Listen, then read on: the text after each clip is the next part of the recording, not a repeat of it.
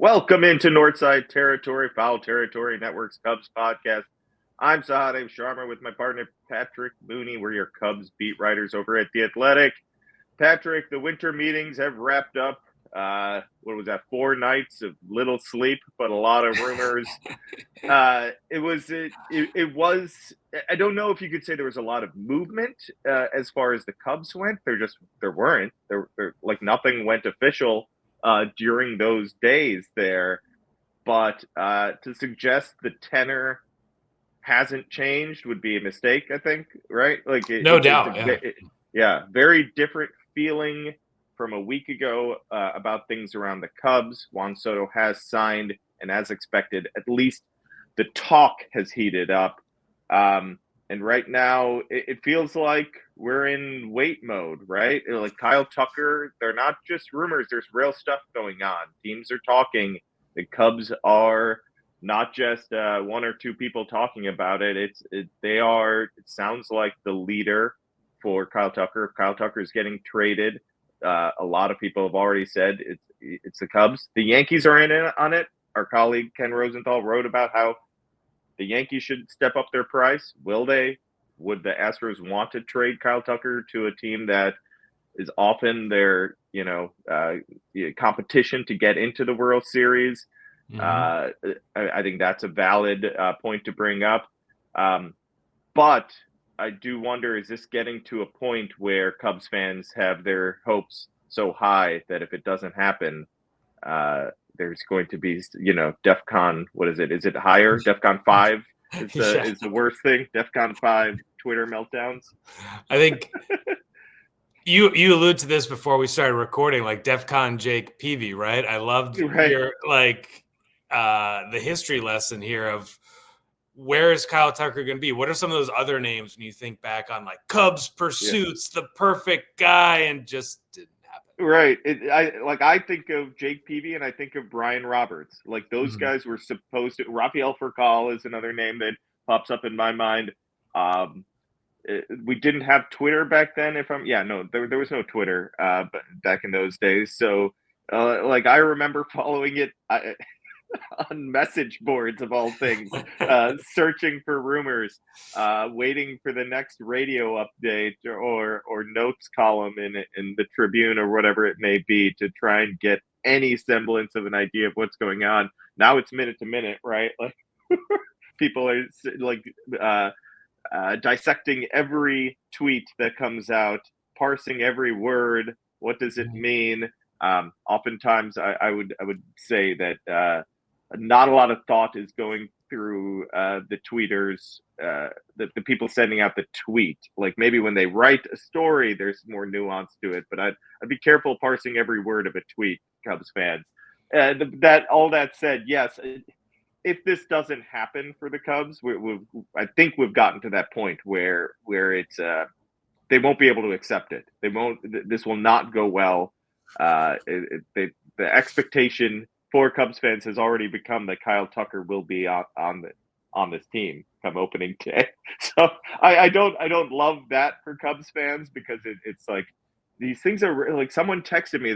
They asked like, is this going to happen? This is a friend who's a fan. Is this going to happen? And I said, listen, and I think Jed kind of said this too. And I've said this for, I don't know how long, basically since I've covered the game. It's just talking to people, so many trades come and go, right? So many things get talked about, and which is also why we're very hesitant to put out rumors until we feel very, strongly about it. Exactly. These things come and go. Like trades are really hard to pull off. When someone asks me, like, do you think the Cubs can trade for this guy? I'll almost always say, like, yeah, can they? Sure. I would bet against it. I would always bet against a trade being finished until it's finished. Or you get that rumor. It's like, hey, this is going to happen. We just need to cross the T's, dot the I's type situation, which we'll sometimes hear every now and then, right? And a lot of times we'll hear that, like it's like waiting on Carson Kelly type thing. We have a feeling that that's going to get done. It's just it's like, okay, when's the official announcement type thing? We're not there yet with Kyle Tucker, so I would not just assume it's done. but feelings, it has reached a feeling of inevitability, which can often lead to disappointment when it doesn't if it doesn't get wrapped up. Yeah, and in reading Ken's column in The Athletic, he mentioned Jim Crane, the owner of the Astros, who was the guy who spiked that Wilson Contreras trade to Houston.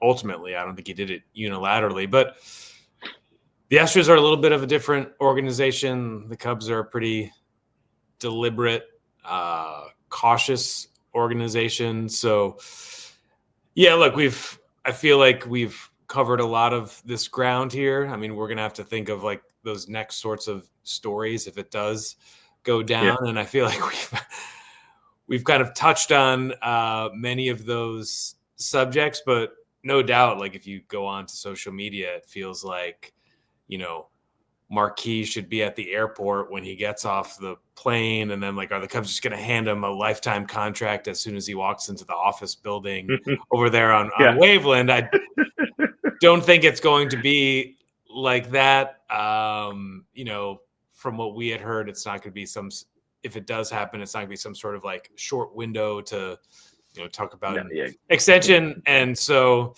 I have a feeling we might wind up recording this, then have to record another one, fairly soon thereafter. That's just kind of the nature of these things. I thought Jed was interesting saying, too, whenever some information's out there on any sort of deal about any team, he's always curious, like, what's the agenda? Like, why is that out there now? And right. There are lots of football analogies of being on the 2-yard line, being in the red zone, still got to kick the extra point. Yeah, just like it definitely towards the middle of the week there gets into the football metaphors, which shows you we need something concrete here. Right. So we'll see if this gets done. I think you're right on the extension stuff. Don't get your hopes up on that. But do get excited. I said this the last episode, I'm going to say it again. Like, don't overthink this. Cam Smith would be a heavy price. Isaac Paredes, I know they just traded for him. Kyle Tucker is a difference maker. There's very few players like that. I know there's only 1 year left on the deal. You got to take risks. You got to try and make your move when you have the opportunity. See if he falls in love with Wrigley. An extension. Hey, it may be very unlikely. That doesn't mean you don't make the deal. See if he falls in love with the place, and maybe you're competitive in trying to sign him in free agency. Maybe you can get him early in free agency. I don't know. I'm just throwing you don't do this out of you cannot live in fear, especially at this point in the cycle of contention. It's time to start being a little bit more aggressive and taking these types of risks. If he walks, oh well, you got to have a pivot plan then.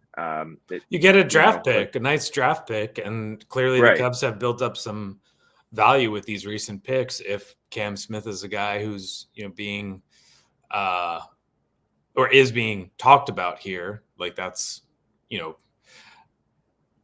confirmed. But if he is at that status where he can be that type of guy, you just got to go back out there and keep scouting and find another one, that had been an issue as we've detailed for a while now of just the post 2016, backfilling that group and having assets and having trade chips and having flexibility. This is all part of it. Right. We've talked about that. I talked about that with a lot of different people over this week around the game. It's a big difference that they've seen with the Cubs. They're in these talks because 5-6 years ago, they couldn't be in these talks because they didn't have the depth. It was the top guys, which they got to get Quintana, and then that's it. And there was nothing else to move. They didn't have those players. All right, Patrick, you wrote something for this morning on Justin Steele, the possibility or just the idea of extending him. And I think that's interesting. I think it's a worthwhile discussion. I'm just curious, why don't you kind of go over the points for that thought process there? Well, essentially, this is not a right now thing. They're not engaged at this point. Typically, how this goes, a player in the arbitration system in January, you kind of lock in the salary for the upcoming season, or you go to an arbitration trial, which rarely happens, with the Cubs or with most teams at this point. It's kind of a file and trial policy across the league, but essentially the idea is you see all these pitching deals. I mean, Matthew Boyd gets almost $30 million guaranteed a couple months after he struggled to get major league offers. Max Fried just signed the biggest deal ever for a left-handed pitcher. And if you look at Steele and Fried over the last couple of years, they're pretty similar. Now, timing is everything for a free agent, and Steele is not there yet. But I think this is something that's going to make sense for both sides to at least explore. And our colleague, Tim Britton at The Athletic, who is really an expert at kind of projecting free agent contracts, extension structures, he really helped out a ton with this. And you can kind of see his work in The Athletic. It's interesting.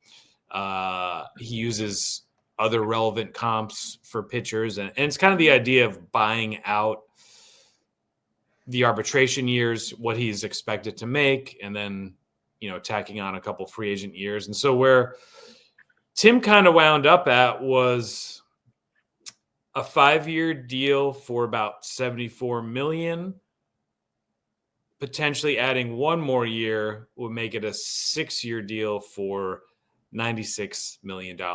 What do you think, Sahadev? Okay, so 5 years, 75. So that knocks out the 3 ARB years, you're saying, and tax on 2. Yes. And essentially that's an AAV of 15. That's like, right? Did I do that math right? Yeah, I did. I think that for me, when you put it that way, you're adding 2 years. It would be, I believe, is age 32, 33 seasons would be the 2 years. I think that would be the preferable deal if I'm in the Cubs seat, right? I also think you said it. He's later in free agency, right? The Cubs have in a lot of these situations, the player has 90% of the leverage, I feel like, right? If you put up, Steele doesn't have this disastrous injury history. Yes, he has injuries in the past, and he's missed some starts in some of these years, right? And I'm trying to think, this year it was the fluky hamstring, right? That's not like a, oh no, red flag thing, right? The popping up of the elbow, forearm stuff, that's a slight red flag. But when everything comes out clean, you're not seeing anything on imaging. For me, and I am an optimist, so I understand that you just have to be concerned all the time about any pitcher, right? Whether they have an injury history or not, frankly. But if they're taking risks on guys like Matthew Boyd and paying him almost $15 million a year for 2 years, yes, it would be the money that in the age 32 and 33, the actual money spent would be different. But I'm looking at it in luxury tax purposes because that's all I think you should really look at it as far as an org goes. It's not like Tom Ricketts will suddenly go broke in whatever that would be, 2028. So I think when you talk about it in that sense, it makes some sense. It's you want a veteran at the front of your rotation. Hopefully, I mean, the way they talk is there's no rebuilding going forward. It's contending every year. If that's real, if you really believe you can do that, you need veterans, you need young players. I think the question becomes, what do you believe? What do you believe, Jed Hoyer, Carter Hawkins, Craig Counsell, all these people that are intimately involved in this process and know Justin Steele? What do you believe? How do you believe he'll age? How do you believe what type of work ethic does he have? What type of what do you see beyond the person? What do you see in his stuff that says this ages well? This type of pitcher is a type of pitcher we believe early 30s, still good, still solid. And I kind of see him as he's probably one of those guys that ages well as far as stuff goes. It gets down to injury and what you see in the person. There's no major red flags with with Steele, in my opinion, on any of that stuff. You can quibble with anybody's like, oh, maybe this or that about like the injury stuff. Sure, but I think it's worth it when you're not like that's an under market value as far as I'm concerned. Like he hits the open market, even at that age. I think he gets more than that, assuming health. Yeah, I mean it's fascinating. Like, would Steele want this? I think he'd be interested for sure. I think just because of his path, like you said, is unique. I mean, being with the Cubs for a decade and still having 3 more ARB years to go before reaching free agency, like it's long, and to get that sort of security could be attractive. I mean, if he did reach free agency, healthy, I think he'd obviously get a lot more than that, right? Like if he can keep performing. I just think it's one of those things where, like, pitchers get paid, even though they've been downgraded in terms of letting them just go whatever 3-4 times through the order. They don't put up as much innings. But like teams need these guys who can post up. And so far, Justin Steele has been that guy. I think it would be, I don't know, would it be a win for this front office to kind of lock up another guy, or would it be another sort of like, they've done this with Nico and Hap and some other guys to where they are feeling a little bit of a crunch now, not as much flexibility, but I don't know. In the end, I think I think both sides, it would be in their best interest to try really hard and to see where those potential conversations would go, because I mean, almost every deal for a starting pitcher that's come in, it's been like, oh wow, really? Whether it's the A's signing Severino. I mean, Valdi definitely did not get the John Lackey, 2 years and whatever 17. It was like 3 for I think 75. Matthew Boyd example. Max Fried, very good pitcher. I didn't think he'd get like the biggest, beat David Price and, just kind of demolish what John Lester got roughly a decade ago. So this is kind of where things are going. So this is more of like something to monitor and not like breaking news, but it's going to pop up, no doubt. Yeah, some other quick factors I think that are relevant. There's like as far as reasons to sign, we don't know what Ben Brown, Jordan Wicks, Hayden Wesneski are. It was kind of I don't want to call it a lost season for them, but they didn't get enough information in 2024 to feel really good about their future, right? Assad, you kind of know what you have there to an extent. But it's not like this. They missed out this season on really getting a ton of data on those guys and feeling comfortable that, okay, you know what, we have all these arms and we trust that one of them at least is going to turn into a rotation stalwart.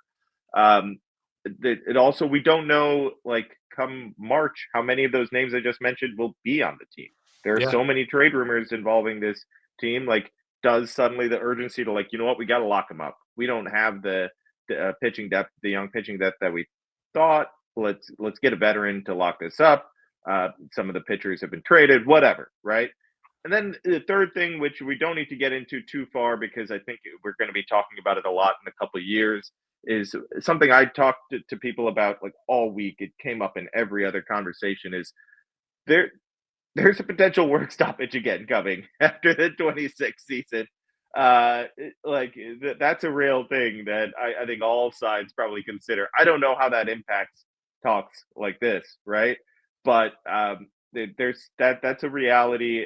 Some people were a little bit more optimistic of it won't take away any games, but inevitably, there's going to be a work stoppage in the offseason, which doesn't impact fans as much, but still is stressful and like gives some uncertainty to what the future holds, and nobody likes to hear stuff like that. And it's not the most fun thing to talk about, but it is a reality that's coming up, and it feels feels sooner than I realized when we started talking about it. I was like, oh man, again. But that's very much there. And Juan Soto contract doesn't help things when the lower bottom 10 payroll teams see stuff like that. Those owners only get more fired up about things. So we don't need to dive into that. I just wanted to mention like that's another factor here. Yeah, I'm not ready to go there yet, Sahadev. Yeah. But I did want to add to your point of like kind of the pitching uncertainty. The Cubs will have a decision on Shota Imanaga after this upcoming season. I don't have all the numbers in front of me. We've written about it on The Athletic, but essentially, like if Shota has a decent season and is healthy at the end of it, the Cubs will basically have to decide on picking up essentially like a 3-year option, or he would then become with a jump in money, right? Or keeping the 4-year deal that he has in place. But he can become he can opt out. Yes, he could opt out if they don't pick up their option. And so him opting out would be a pretty obvious decision if he's healthy and isn't terrible this upcoming year. Of course, both sides, they could come to some sort of other agreement. But like Shota was locked in as this piece and he was awesome as a rookie, but like very quickly, both sides are going to have to figure out where they want to go from there. So if you put in Steele as a piece, I mean, Tyone's halfway through his 4-year deal. Assad is a younger guy, and then it's that kind of wave of question mark pitchers who could be really good, or maybe we won't hear much from them ever again. Yep. No, absolutely. And another pitcher that we're going to be talking about for about a month now, if not a little bit longer, Roki Sasaki. The Cubs are in on this, right? I mean, I think the prohibitive favorites are the Dodgers. Depending on who you talk to, they're the heavy favorites. Others, say watch out for San Diego. But I guess don't eliminate the Cubs just yet.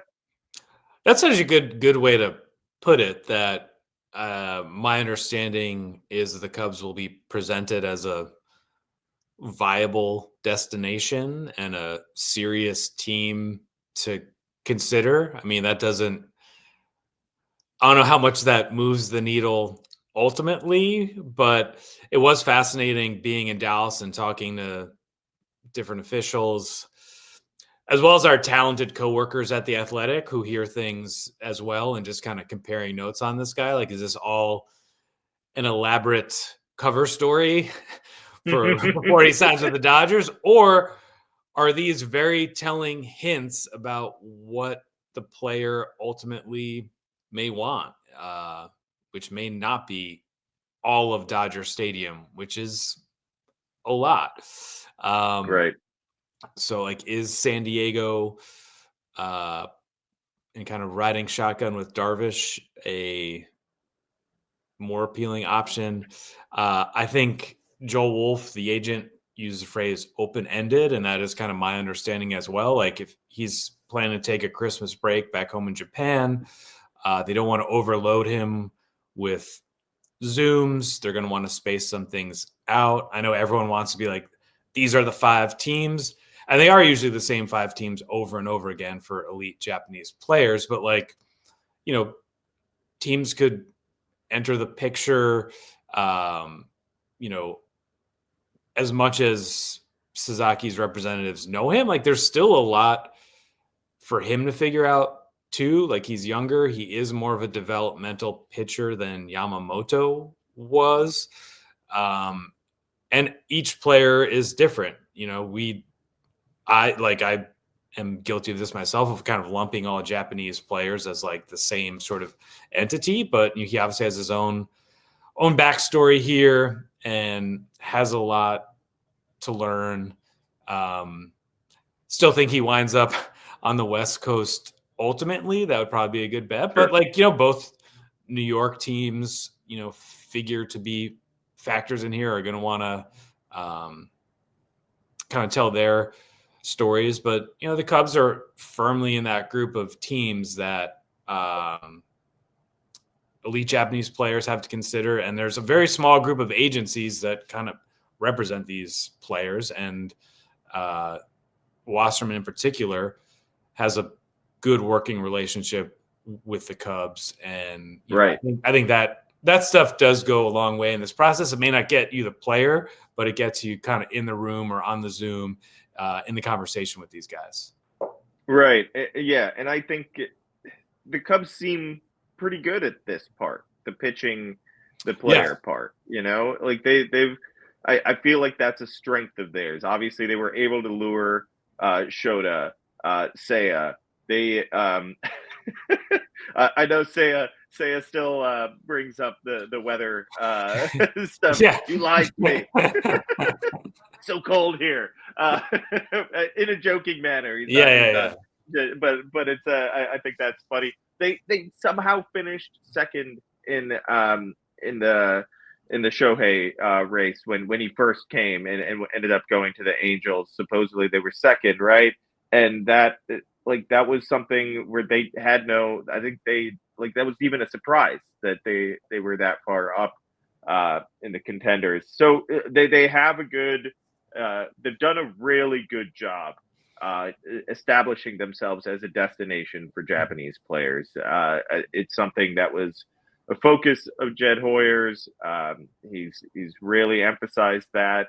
There's a lot of talent coming stateside, and it's important to establish a base. It's important to make these players feel comfortable, to feel at home as best as they can, because it can really impact your team.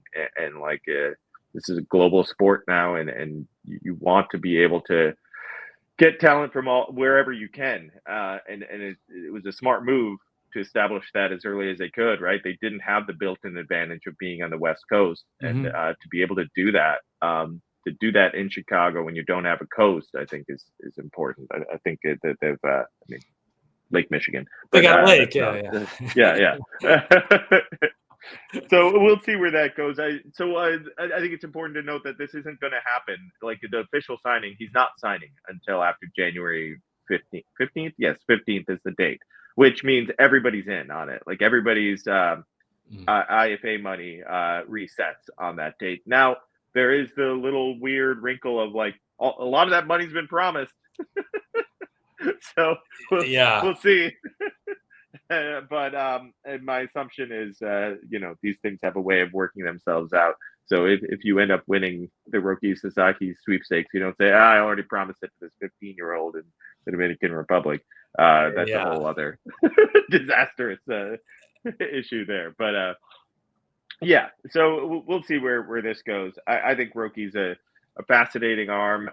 Injuries aside, if he can get healthy and in the right system and develop properly, that's very exciting. That's going to be exciting for whichever fan base he ends up playing for. All right, Patrick, I think that's about it. We're going to be on the alert here for the next 24, 48 hours, I think. Just behind the scenes for the fans, Dansby Swanson signed when I was at a holiday party. That holiday party is Saturday. And if I have to do this again, Patrick, I'm not sure we'll be able to do a live podcast, just so you know. All right, I got you. I got you covered. Don't worry about that. If it happens, it better be in the morning, okay? That's all I'm saying. All right. Well, I'm sure they're definitely looping in your social calendar as they make these deliberations. They got to clear with the Astros owner and kind of your holiday party. Exactly. Circuit. Please help me out here. Thanks so much for listening, everyone. Make sure to rate, review, and subscribe to Northside Territory. Please subscribe to The Athletic, where Patrick and I are on top of all things Cubs this winter. And thank you so much for listening. This is Northside Territory.